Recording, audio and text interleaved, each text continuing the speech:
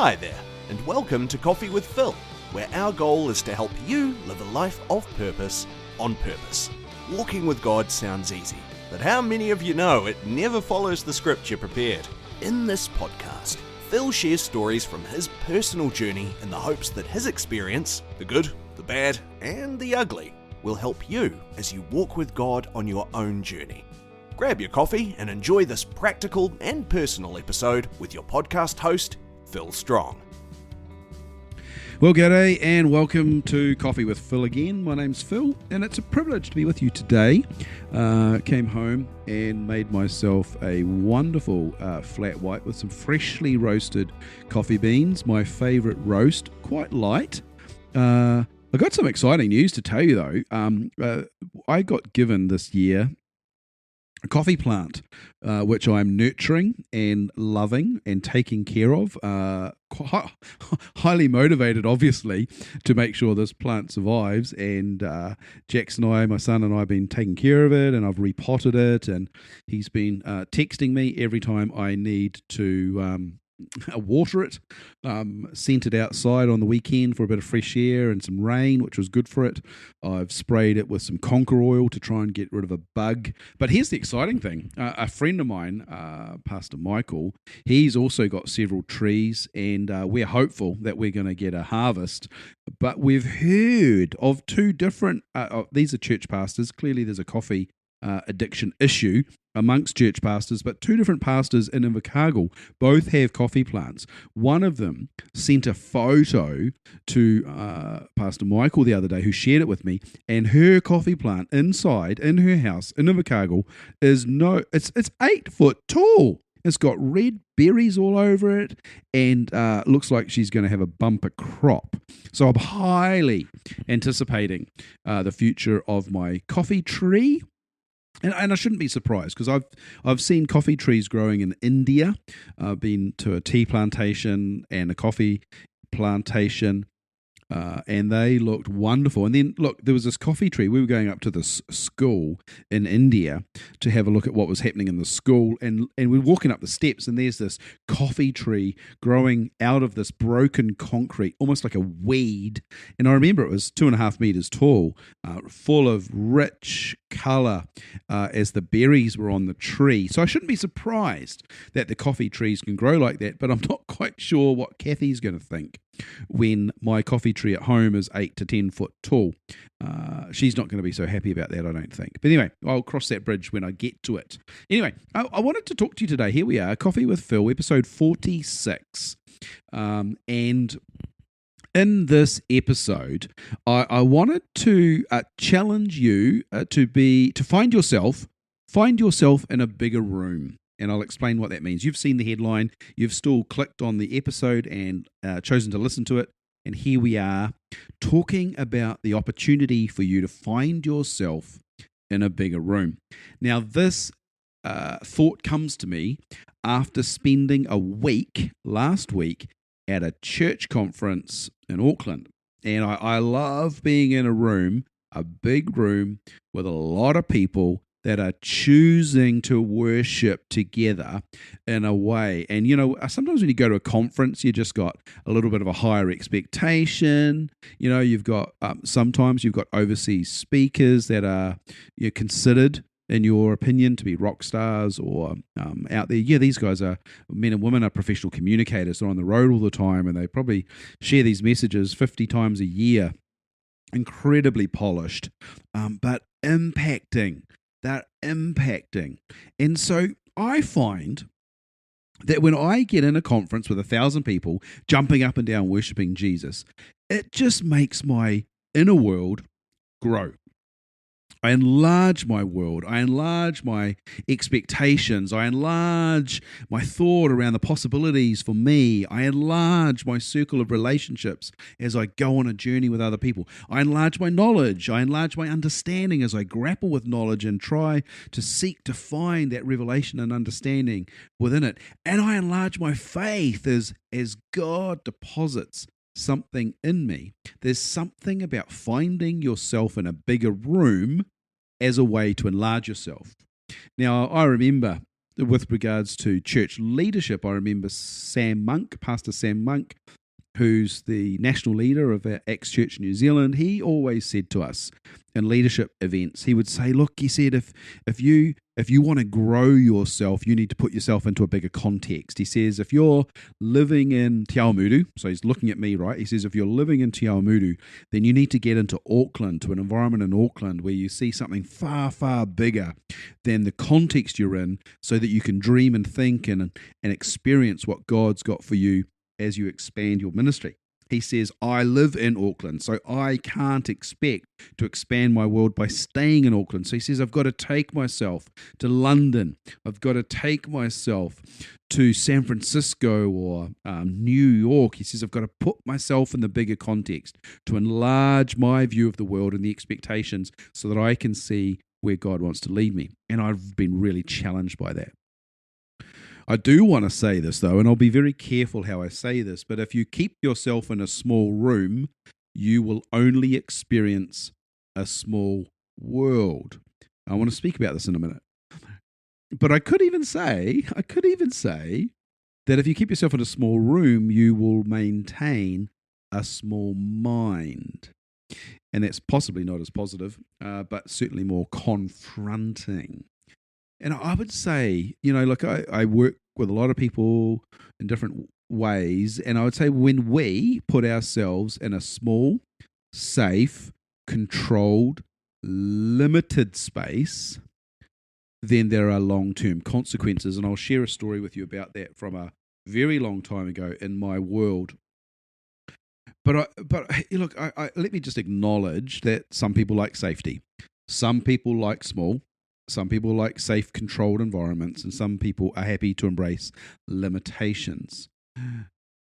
But if that's you, can I just invite you to go on the journey with me? Because I want to close this podcast out with something that will hopefully invite you to see things in a different way. And I'm not trying to change who you are.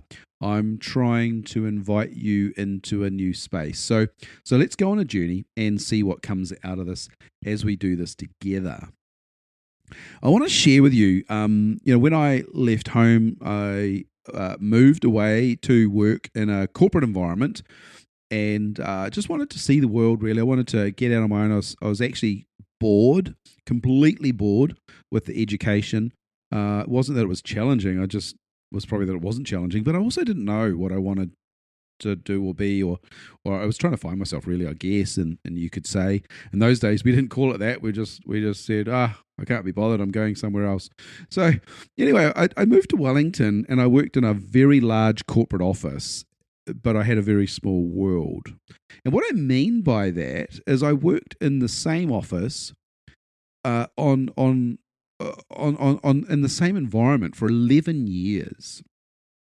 And I remember, it was an interesting season for me because I'd moved out of home. I was still trying to find myself. And then after getting lost, getting more lost, I eventually came out of that space of confusion. And then I met Kathy through that workplace. So that was a key highlight. And, we got married, and we bought our first house together, the house that we bought together, and moved into that. And it was just as I was settling, I suppose, into the season of life that I started to realize I had created for myself a very small world. I mean, the organization was big, it was a global company, but the world for me was very, very small. I was in what I call rigid patterns. Which means I got up at the same time, I caught the same bus to work, I sat in the same seat, and I did the same thing every year. And so I was rigid in these patterns. But what was worse than that, because that's not bad in essence, but what's bad is when you get into rigid thinking. And I started to confront myself in this space, and I didn't actually like what I discovered about how I had created my world as a young man. The other thing that I noticed, because I sat there looking at, as I started to explore this, I started to see there was a world outside my world. But what I noticed that in the corporate world, there was a corporate ladder. And we all knew that you had to do the right things to climb to the next rung of the ladder. And the good news is, if you manage to scrape your way up a rung of the ladder, you got a pay rise. And that's what we all were hanging out for. And you get to be a different level, a different grade, and so your pay packet is slightly larger, although in those days it was pennies on the dollar. But what I noticed was as the ladder went up the wall, it got narrower, which meant there wasn't that much room for everyone to climb the ladder. Now, there were some people that were happy with that and they just stayed on the same rung. And I remember sitting with a guy who was incredibly intelligent, and he built this database system. He was super proud of it. He was, meticulous in what he'd put together, and it was highly functional, but he had to protect it. He said to me one day, literally said to me, I can't let anyone learn the system because then I'm not valuable. And so he was protecting his own kingdom. He wasn't actually paid that much, and he wasn't very high up the ladder, but he had built this empire around his intellectual property, and he wasn't prepared to share it because he was fearing that he was less valuable. And I was like, oh my gosh. And this guy was like, I think I was early 20s at the time, and this guy was probably in his late 40s, although he looked like he was 60. He was in his late 40s, and I'm like, is this my future? Oh, wow. I suddenly had a reality check. It's a small world. And then what I did discover is I started to look into different parts of the organization because I'm like, hey, yes, the company pays well and I've got this really amazing benefits package. But I realized that the politics of corporate world was about dog eat dog. And the only way to get ahead was to eliminate the competition, who was probably someone you're working with. And I watched it play out, and I was like, man, I just don't want to live in this world. So that is the reality of what I was experiencing. And for some of you, I'm probably talking about your current reality. But here's my point. Let me understand this. There are long-term consequences for living in a small room or in a small world. The long-term consequences for me was this. When I finally decided to take the faith step, a big leap, and jump outside of that world, 11 years I'd been there was a massive contrast to what I had to learn to navigate in the real world. And so I would say this, if you're not going to put yourself into a bigger room from time to time, then you're going to almost find it impossible to navigate circumstances in the world outside of that. And I was just talking about this with someone today in the office and saying, even with our kids, we've got to allow them to experience a world outside their comfort zone in order that they can find the maturity necessary to walk into situations like that as adults. And I remember when I was a teenager, when I was 13, we were in a very sort of I suppose you could say conservative Presbyterian church that had a really good youth group, but I think the parents realised it wasn't quite enough. And so they would take me along on a Friday night to this Campus Life youth event down in Nainai in Lower Hutt. I was 13 and Mum would make me dress up and look like an absolute goober. And they'd drop me off and say, hey, we'll pick you up tonight at the time it finishes. And I'd walk into that room and I didn't know anyone. And it was a Christian environment. It was some really awesome leaders, and they did their best to make me feel safe and comfortable and to contribute and be a part of, that large, it was maybe 100 youth in the room.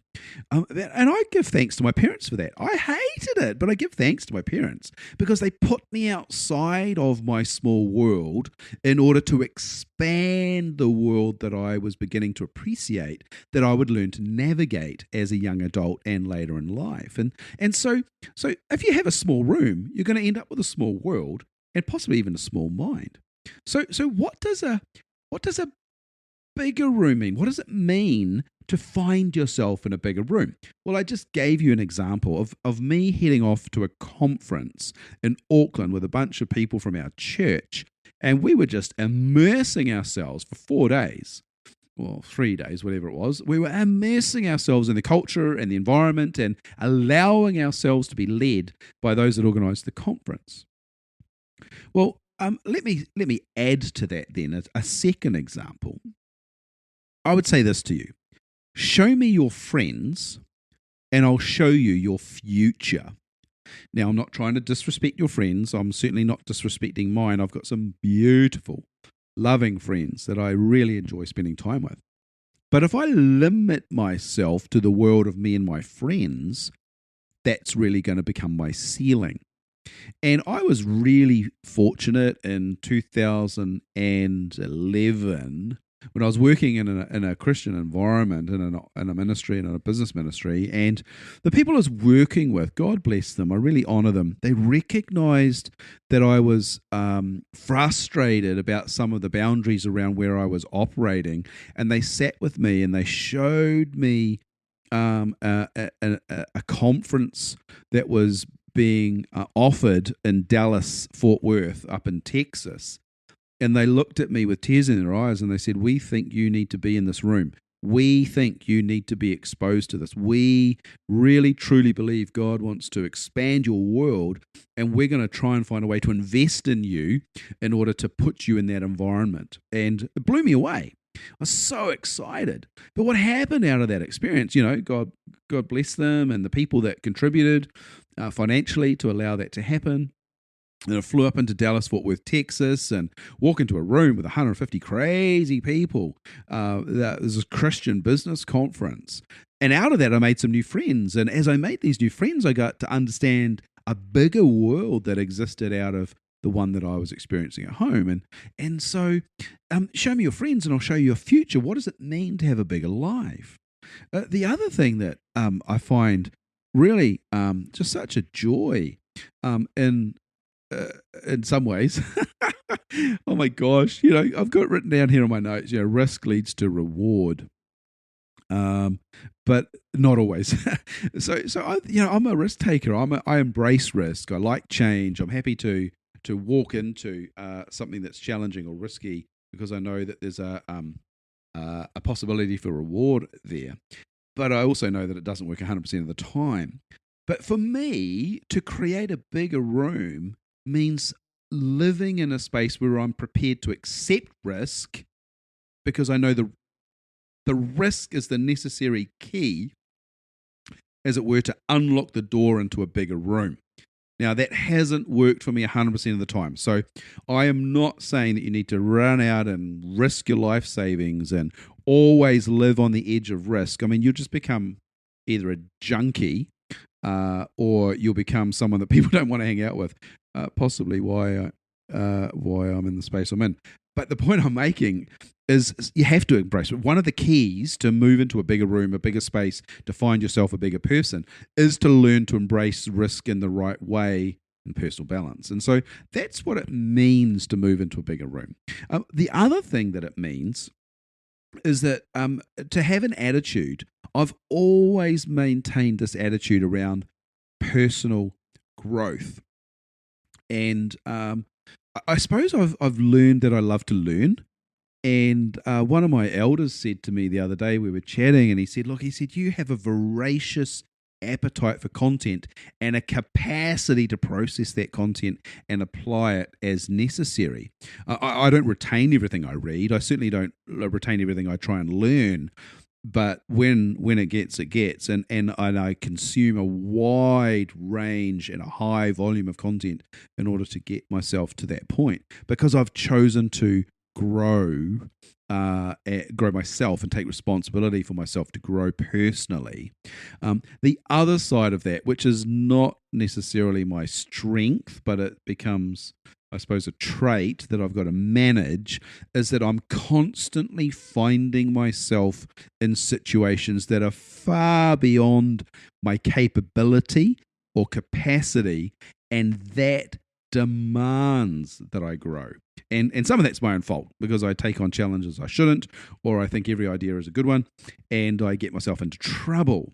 The point is, let's not do this to hurt ourselves, and I'm trying to fix my weaknesses. But I would say to you and me that we need to grow more. We need to become bigger people. And sometimes, in the context of discipleship, what I've found is Jesus would often say to me, Phil, less of you and more of me would be more helpful for you in the situation. So growing isn't about me becoming bigger.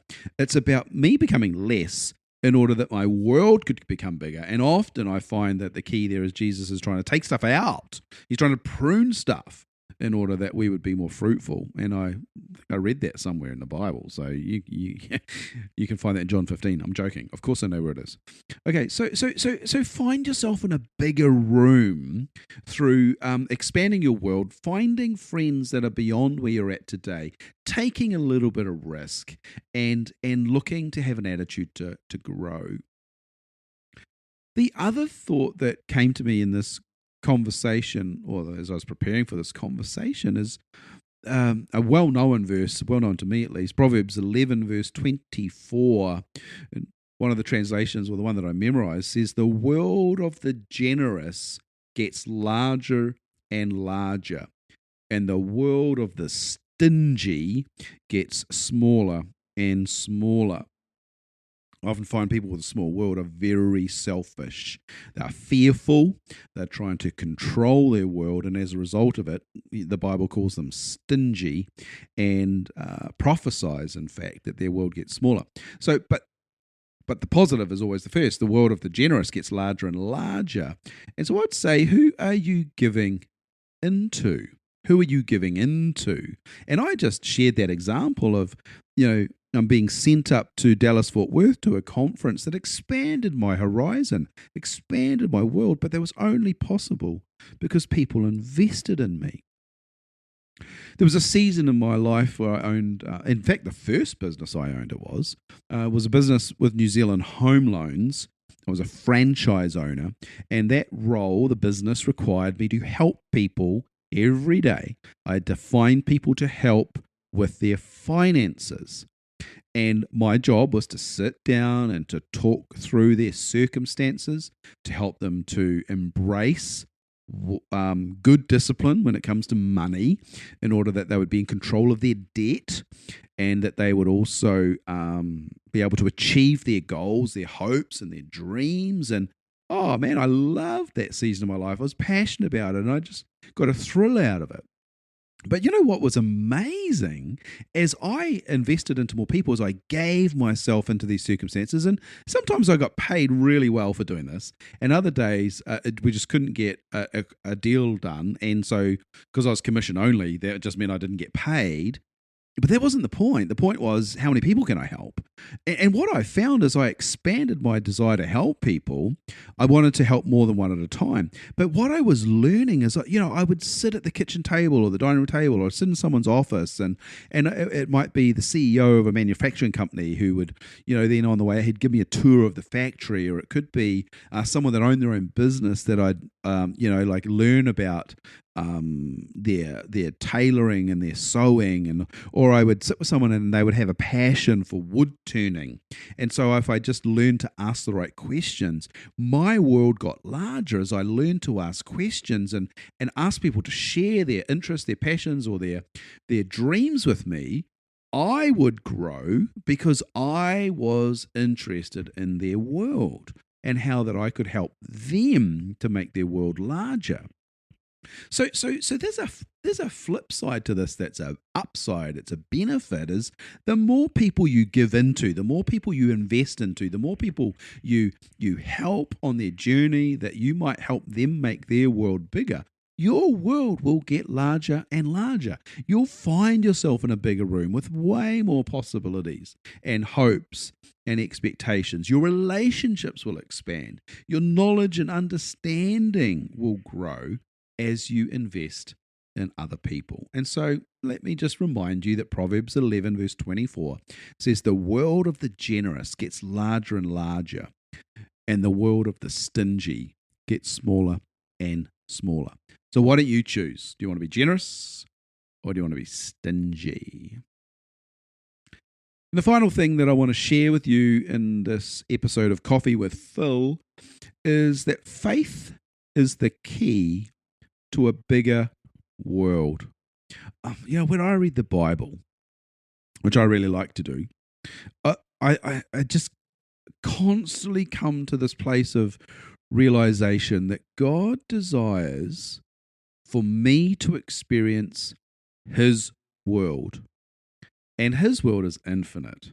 There's no end to God's kingdom or the world that He's creating around me. And therefore, if I believe that God desires for me to experience his world, therefore, he wants me to experience a larger room, a bigger room, a larger life, more possibility. But that is going to take faith. It's going to take faith for me to walk into that. It's going to take faith for me to stand in a place of expectation and say, God, I want to see what you see for me.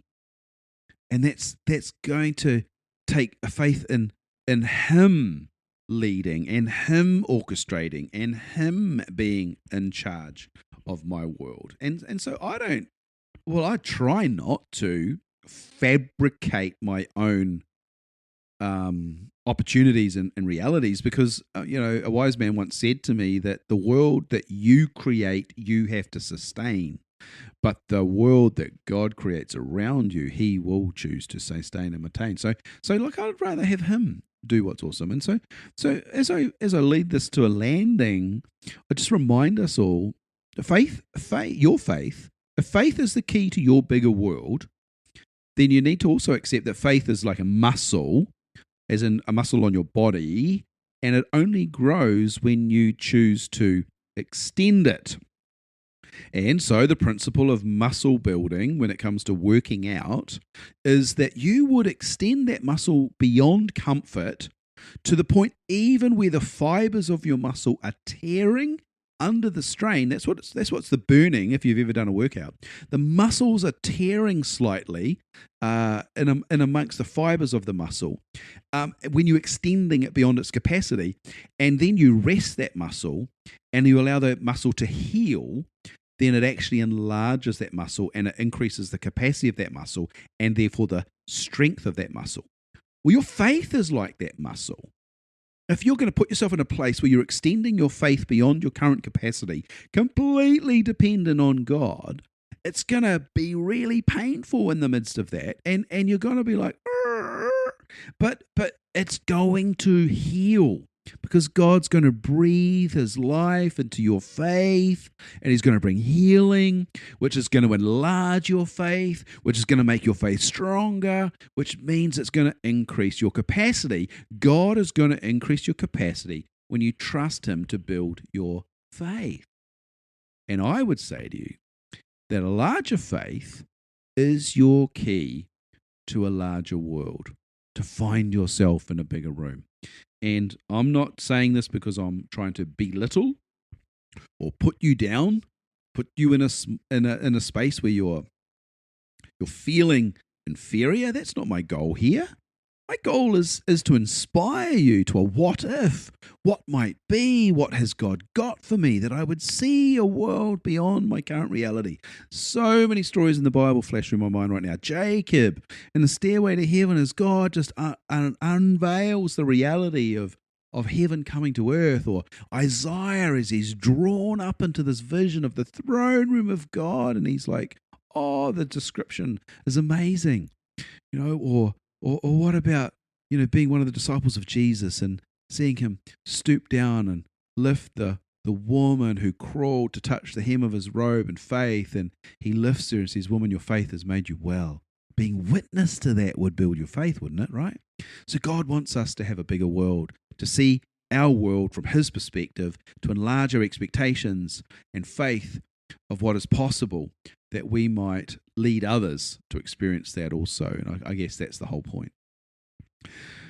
So, yeah, I'm not sure what challenge you take from that. I'm certainly a possibility thinker, so I'm going to find a quiet space and reflect on this right now. In fact, I'm going to go make a cup of tea, I think, possibly a licorice tea at this time of the day, and I'm going to consider the possibilities of how I could find myself in a bigger room.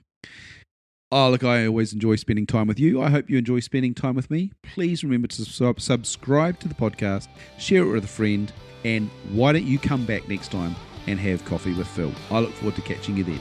God bless.